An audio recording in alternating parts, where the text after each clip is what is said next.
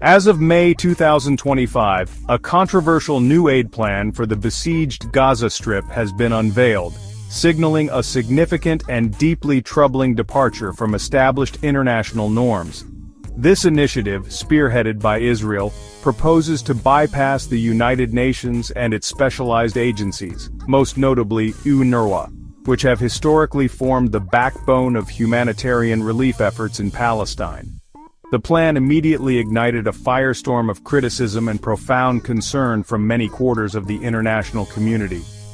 This concern is amplified by the already catastrophic humanitarian situation in Gaza, where years of blockade and recurrent conflict have pushed the civilian population to the brink of utter desperation, facing widespread hunger and a near-total collapse of essential services. The operational mechanics of this new aid delivery system represent a radical shift from previous practices. Under this framework, foreign private contractors, reportedly handpicked by Israeli authorities and their designated partners, will assume responsibility for the entirety of the aid delivery process.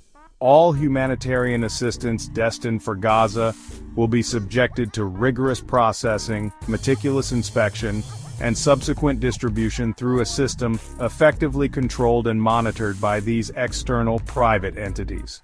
Crucially, this entire operation will function under the ultimate oversight of the Israeli government. This move fundamentally alters the landscape of aid delivery, substituting decades of internationally recognized neutral humanitarian action with a model that appears to prioritize external control over impartial assistance. Central to the execution of this new aid mechanism is the Gaza Humanitarian Foundation, an entity reportedly backed by the United States, which has been designated to implement the plan. This foundation has announced an ambitious timeline, with operations intended to commence before the end of May 2025. Its stated primary goal is the provision of substantial quantities of food aid to the beleaguered population of Gaza. The emergence of such a foundation, operating outside the traditional UN umbrella yet tasked with a mission of this scale, immediately raises critical questions regarding its accountability, transparency, and long-term sustainability in such a volatile and politically charged environment. The initial scope and logistical parameters of the Foundation's intended operations are vast, yet they also betray certain strategic priorities. The organization aims to distribute an astounding 300 million meals within its first 90 days of operation, a figure that would purportedly target approximately 60% of Gaza's 2.1 million inhabitants. However, the initial network of distribution sites is planned to be concentrated primarily in the southern and central regions of the Gaza Strip, with only later unspecified plans for expansion into the devastated northern areas. This geographical focus has already sparked anxieties about equitable access to aid and the potential for exacerbating regional disparities within the besieged territory. The Israeli government has publicly justified this unilateral overhaul of aid delivery as a neutral and pragmatic endeavor. Officials assert that the primary intention is to ensure that vital humanitarian assistance efficiently reaches Palestinian civilians who are in desperate need, while simultaneously preventing any potential diversion of these resources by Hamas, the governing authority in Gaza. This official narrative, consistently broadcast to international audiences, frames the plan as a solution to alleged inefficiencies and diversions within the existing aid systems. However, this portrayal of neutrality and pure humanitarian intent is met with considerable skepticism from numerous international observers, seasoned humanitarian organizations, and Palestinian representatives alike, who point to a long history of aid politicization in the region. Beyond the public pronouncements of benevolent intent, internal documents and revealing statements from well-placed sources suggest a deeper, more strategic objective underpinning this new aid initiative. A primary, albeit less publicized goal is reportedly the systematic weakening of Hamas's authority and its grassroots influence within the Gaza Strip. This is envisioned to be achieved by dismantling Hamas's perceived control over local aid distribution networks thereby diminishing its capacity to govern and provide for the population. An Israeli official candidly stated that the plan is fundamentally about cutting Hamas out of the picture, entirely a remark that lays bare the profound political and strategic calculations driving this ostensibly humanitarian project.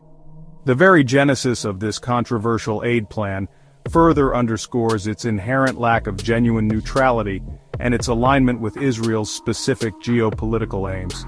This initiative was not the product of broad international consultation or collaborative humanitarian planning.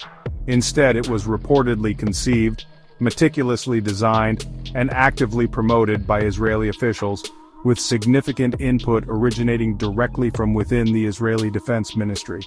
This origin story clearly indicates that the plan's architecture is deeply embedded within Israel's security and political considerations for the Gaza Strip, rather than emerging from a purely humanitarian, impartial assessment of needs and best practices for relief operations.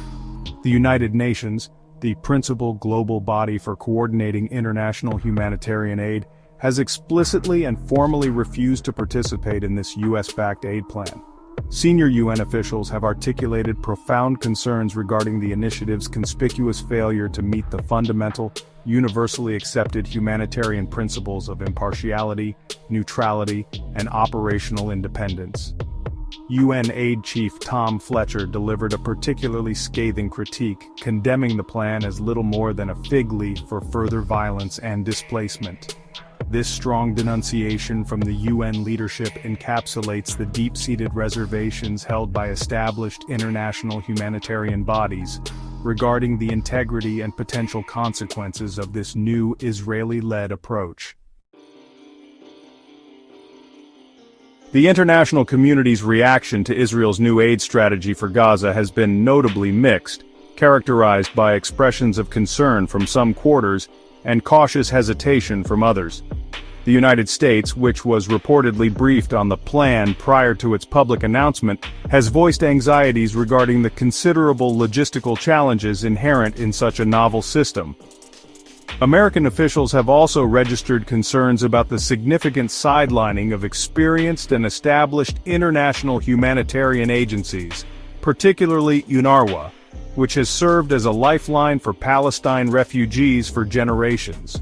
Furthermore, the U.S. administration has confirmed the plan's reliance on private companies and security contractors, an element that introduces new complexities and potential vulnerabilities. The European Union, another major traditional donor to Palestinian causes, has adopted a markedly hesitant and watchful stance. EU officials are insistently calling for substantially greater transparency and the provision of more comprehensive details concerning the operational framework, oversight mechanisms, and accountability measures of the new aid plan. Only with such clarifications would the EU consider offering any form of material support or political endorsement.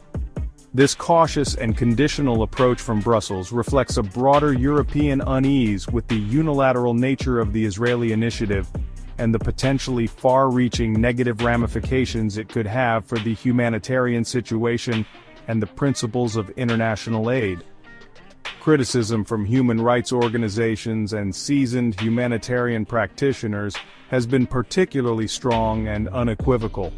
These groups, many with decades of on-the-ground experience in Gaza and other conflict zones, have issued stark warnings. They contend that supplanting established, neutral UN humanitarian channels with politically influenced, privatized alternatives is a recipe for disaster, likely to precipitate further chaos and operational difficulties on the ground. More critically, they fear that such a move will inevitably deepen the already pervasive mistrust among the Palestinian population, thereby significantly hindering the effective and equitable delivery of life-saving assistance. As Jan Egeland, Secretary General of the Norwegian Refugee Council, powerfully articulated, aid must not be weaponized. Specific anxieties have also arisen concerning the proposed security arrangements for these new aid operations. The decision to employ UG Solutions, a private American security contractor, to guard aid convoys and distribution points introduces a new and controversial dimension of privatization into an already highly sensitive and militarized conflict environment.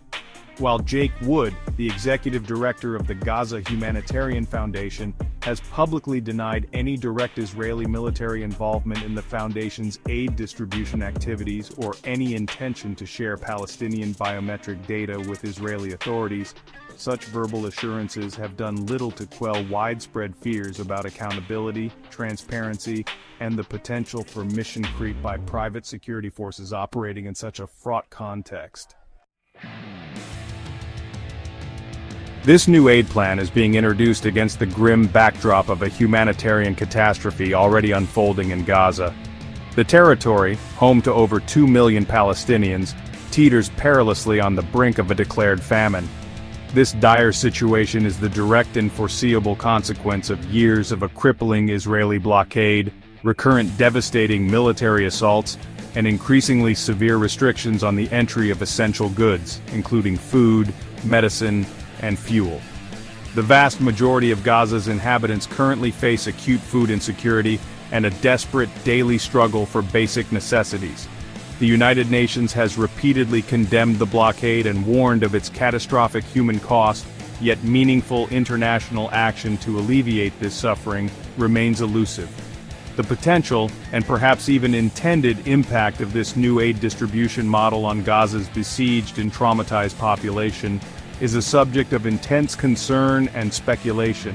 The initial publicly stated concentration of aid distribution sites primarily in the southern and central areas of the Gaza Strip, as outlined by the Gaza Humanitarian Foundation, has fueled serious apprehensions among Palestinians and international observers. Critics, including UN officials, suggest that this geographical focus could inadvertently or deliberately align with, or even actively support, unstated Israeli objectives of encouraging or compelling further population displacement from the heavily bombarded and largely inaccessible northern regions of Gaza. The reception of this new, externally imposed aid system by the Palestinian population within Gaza remains profoundly uncertain. It is highly questionable whether local communities, civic leaders, and existing Palestinian humanitarian partner organizations will willingly cooperate with a mechanism that is widely perceived as being designed, controlled, and ultimately enforced by Israeli authorities. This perception of external imposition, bypassing trusted local and international channels, is likely to breed suspicion and resistance. In the interim, the United Nations and other established humanitarian organizations, though sidelined by this new plan, have vowed to continue their own aid efforts to the best of their ability, despite facing severely limited resources, restricted access, and an increasingly hazardous operating environment. Ultimately, there is a profound and legitimate risk that this new aid strategy, despite its proponents' claims of enhanced efficiency and scale, might further jeopardize rather than alleviate the immense suffering of the Gazan people. The act of bypassing established, impartial, and experienced humanitarian channels in favor of a politically charged, largely untested, and privatized system threatens to erode trust, compromise the core principles of humanitarian action, and potentially lead to a more fragmented, inequitable, and ultimately inefficient aid response. The continued opacity surrounding the funding sources for the Gaza Humanitarian Foundation only serves to compound these anxieties, casting a long shadow over an initiative that could deepen the existing crisis for Palestinians in Gaza.